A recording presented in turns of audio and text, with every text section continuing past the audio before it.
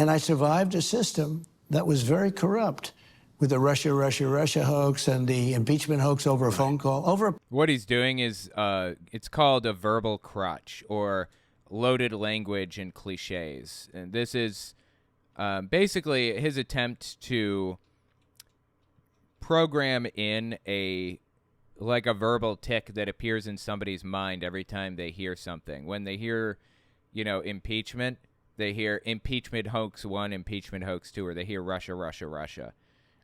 He's using it as like a noun almost, right? He also does this with nicknames. Giving people that he doesn't like nicknames is a propagandistic way of referencing somebody without giving them any more attention. So if he talks about DeSantis, he puts DeSantis' name in, his on his Truth Social account or whatever. It's giving DeSantis attention. But if he calls him DeSanctimonious, it's him attacking him without giving him more positive press coverage. It's a clever way of talking about somebody you don't like without helping them. Because usually the more attention somebody gets, the better it is for them. In this case, he's not benefiting the people involved. Interesting how he does this. He's really good at manipulating the press, if nothing else. Perfect phone call. Think of it. There's another perfect phone call, right? Every time you think of something, he's giving his listeners verbal tics to repeat. Perfect phone call. All of this stuff, the Mueller report, that was another witch hunt where I had 18 Trump-hating, Republican-hating Democrats investigating me. Of course, it's all made up. This is not how it went. Mueller was a Republican and the FBI director for years. This is all completely and totally made up by him. But his listeners believe it. They listen to what he says and they pick up on the verbal tics and they buy it. The Mueller report, think of it. And the end result, even with that, was no collusion. Okay, think of that one. No collusion. Another verbal tick. You see how he's doing this? This is all part of how he manipulates press coverage. So I know the people now so well. Before I had to rely on others to give me advice as to who we would put in certain positions that were very important positions. I now know the people so well. I know them better than anybody. I know the fighters. I know the strong ones, the good ones, and I know the bad ones too.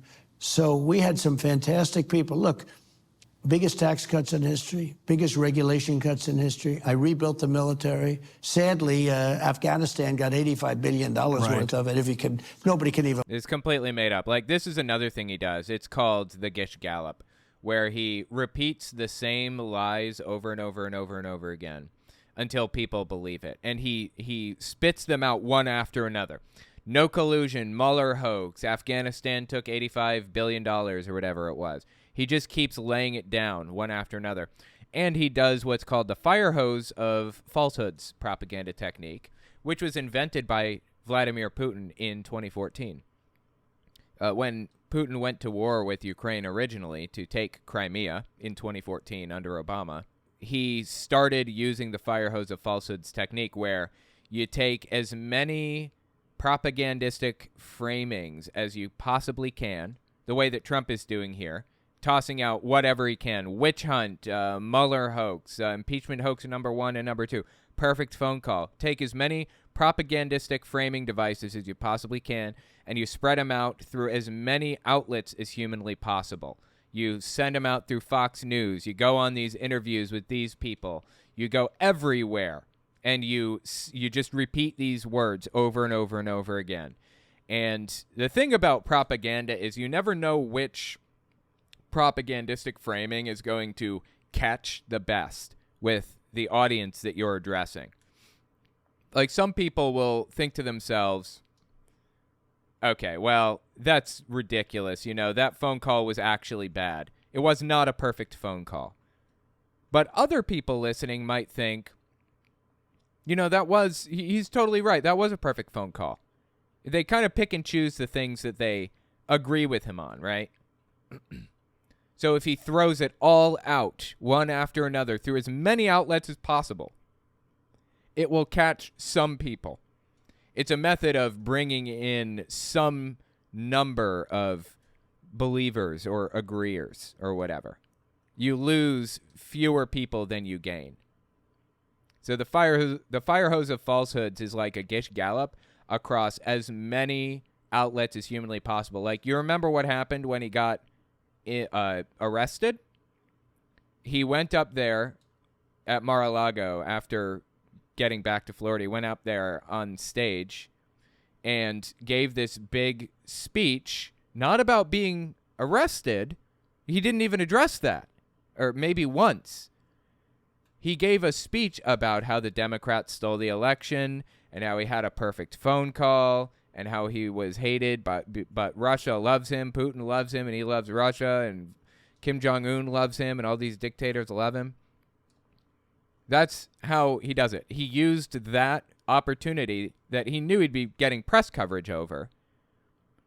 He used that opportunity as one of his fire hoses of falsehood.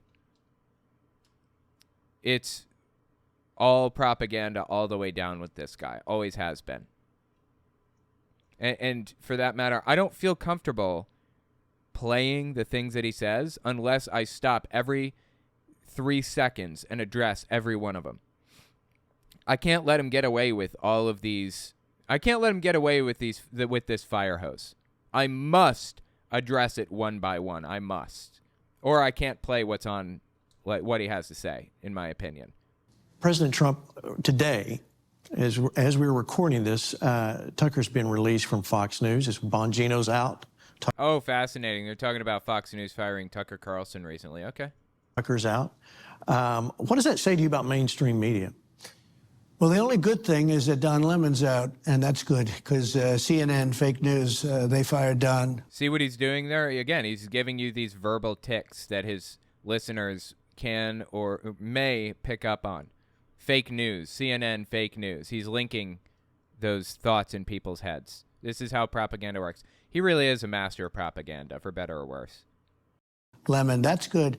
The Tucker situation and Bongino, that's sad. These are two great people, two very important voices. Look, they're going to do incredibly well. We don't even really know. Maybe they left. Okay, it's possible they left. But no, they were kicked out. Something bad happened, and taking those voices off television is very bad. It's very bad, and certainly it's not a good thing for Fox.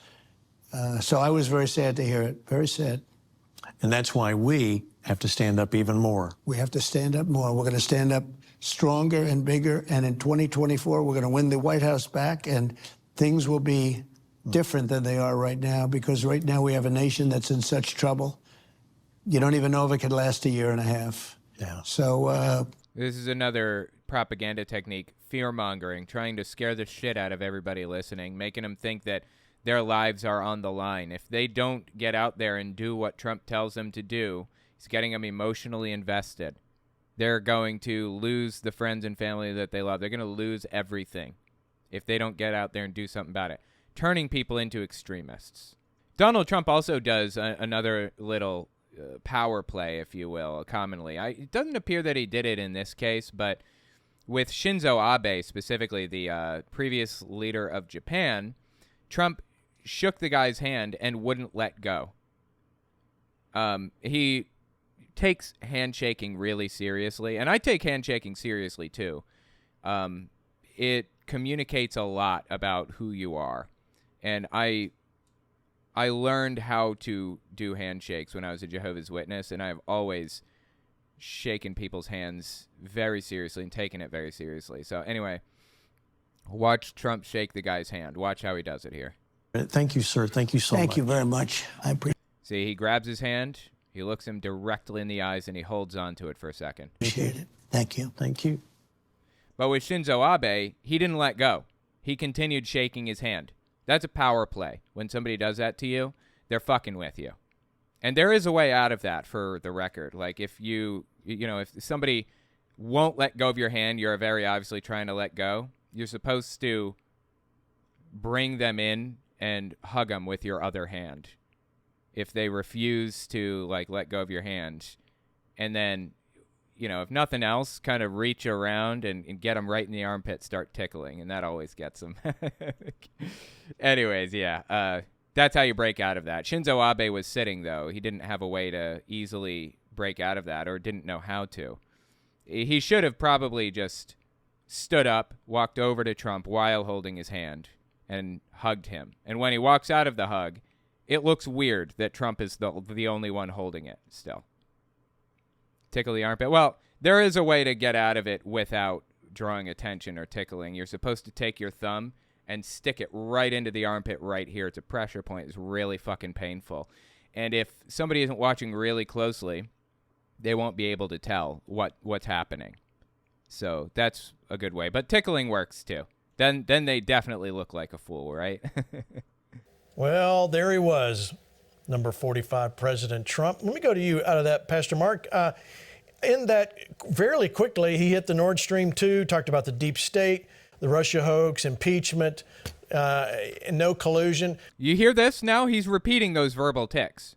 Donald Trump armed him with those verbal tics, with that loaded language and those cliches that he can use in future arguments to try to remind the audience of this entire argument. Like, Trump and these people only have so much time to address certain subjects. But by saying the words that they just said, no collusion, it sums up an entire conversation, entire argument, a whole debate in 2 words, no collusion.